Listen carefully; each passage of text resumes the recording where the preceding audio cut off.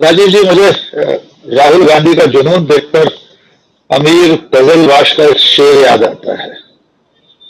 मेरे जुनून का नतीजा जरूर निकलेगा, इसी सियाह समंदर से नूर निकलेगा।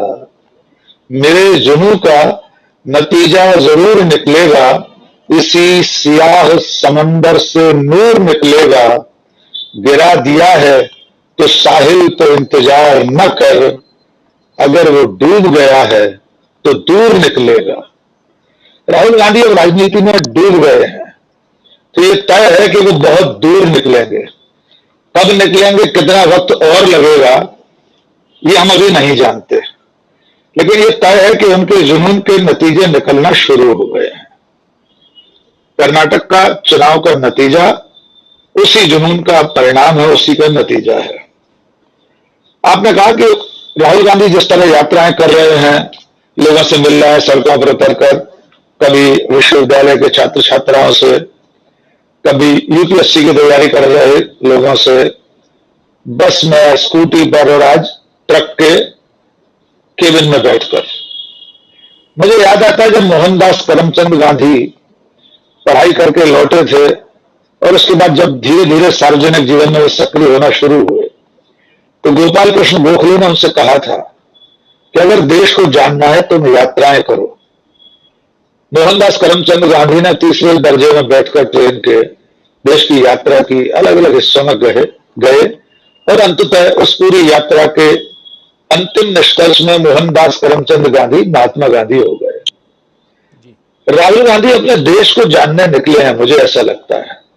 उसका पहला चरण भारत जोड़ो यात्रा थी, और भारत जोड़ो यात्रा 2 जिसे प्रशांत जी कह रहे हैं, वो टुकड़ों टुकड़ों में इस तरह जनता के अलग अलग तबकों के बीच जाकर उसके दुख दर्द, उसकी परेशानियां, उसकी समस्याएं जानने की कोशिश कर रहे हैं। ये तब तक सिर्फ एक इवेंट बनकर रह जाएगा जब तक कि राहुल गांधी इन सब लोगों से मिलने के बाद उनकी तकलीफों को दूर करने का अगर कोई काम नहीं करेंगे, तो मेरे लिए भी ये सिर्फ एक शोमैनशिप रह जाएगी। उनकी अभी, क्योंकि उनकी पार्टी अभी सत्ता में केंद्र में नहीं है, लेकिन जहां जहां उनकी सरकारें हैं, वहां अगर वे इस यात्रा से, इन यात्राओं से हासिल तजुर्बे को प्रदेश की सरकारों की रीति नीति में लागू कर पाए, तो इनका सचमुच दूरगामी असर होगा। और उसकी पहली बानगी पेश कर दी है कर्नाटक की कैबिनेट ने। उनकी जो 5 गारंटी थी, उन्हें लागू करने का पहली ही कैबिनेट की बैठक में सिद्धारमैया की सरकार ने ऐलान कर दिया, उसे मंजूरी दे दी है। आने वाले दिनों में मध्य प्रदेश, छत्तीसगढ़, राजस्थान में ये चुनौती सामने आएगी।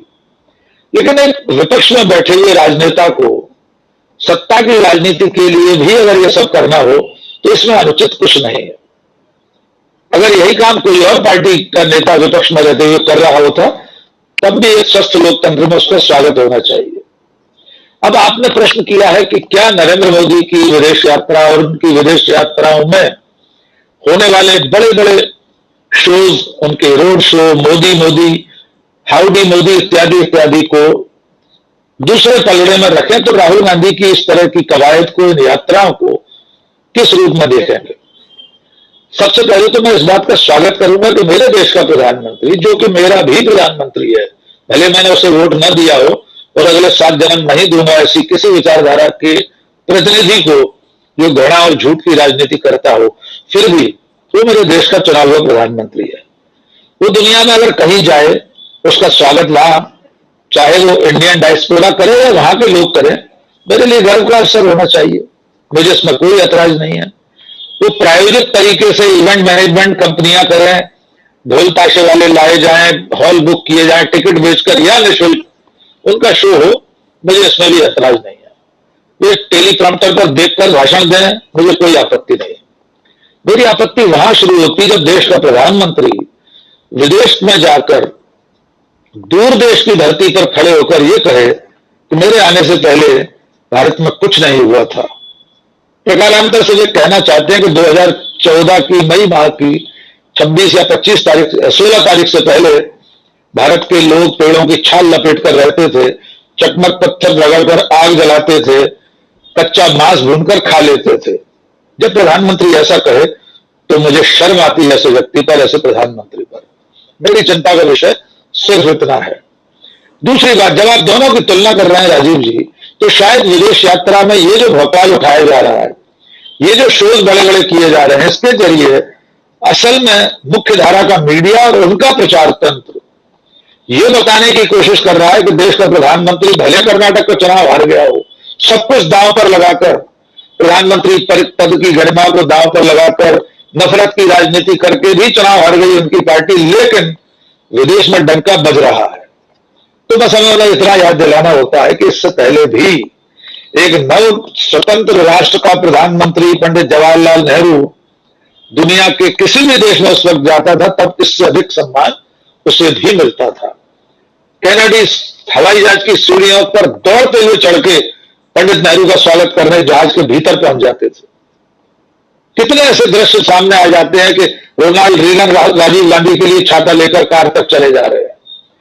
नई पीढ़ी इस प्रचार तंत्र, इस आईटी से, इस व्हाट्सएप यूनिवर्सिटी के फेर में अगर ये मानने लगती है कि भारत के प्रधानमंत्री का पहली बार विदेश में इस तरह स्वागत हो रहा है या सम्मान हो रहा है, तो बस उसे इतना याद दिलाने की जरूरत होती है कि श्रीमती इंदिरा गांधी अमेरिका के राष्ट्रपति को आंखें दिखाकर आई थी वही अमेरिका में। 7वां जहाजी जोड़ा हिंद महासागर से लौट गया था। दुनिया के नक्शे को और इतिहास को बदलने का काम भी इस देश के एक प्रधानमंत्री ने किया था।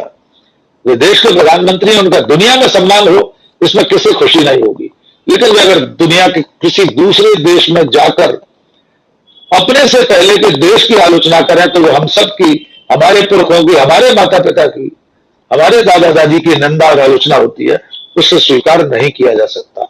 भविष्य की राजनीति के लिए राहुल गांधी की यह कवायद नरेंद्र मोदी के लिए बड़ी चुनौती बनकर खड़ी होगी, ऐसा फिलहाल प्रतीत होता है। इसकी काट क्या होगी हम नहीं जानते। देश का प्रधानमंत्री अपने ही राज्य में एक प्रदर्शन से कई मील दूर अपना काफिला रुकने पर यह कहकर आता है कि अपने मुख्यमंत्री से कह देना मैं जान बचाकर आया हूं। उसी देश में विपक्ष का एक नेता तमाम खतरों के बीच 4000 किलोमीटर की पदयात्रा करता है और आज भी ट्रक के केबिन में बैठकर ड्राइवर्स का सुख दुख जानने के लिए निकल पड़ता है। ये तुलना इस देश के लोगों को करनी है, उसे किस तरह के राजनेता की जरूरत है। एक अंतिम बात, हम सब भी जैसे जस्टिन ट्रूडो या जेसिका ऑर्डन की तस्वीरें देखते हैं कि जस्टिन ट्रूडो सड़क चलते में लोगों के साथ मिलते हैं, अपने हाथ से मोबाइल लेकर सेल्फी लेते हैं।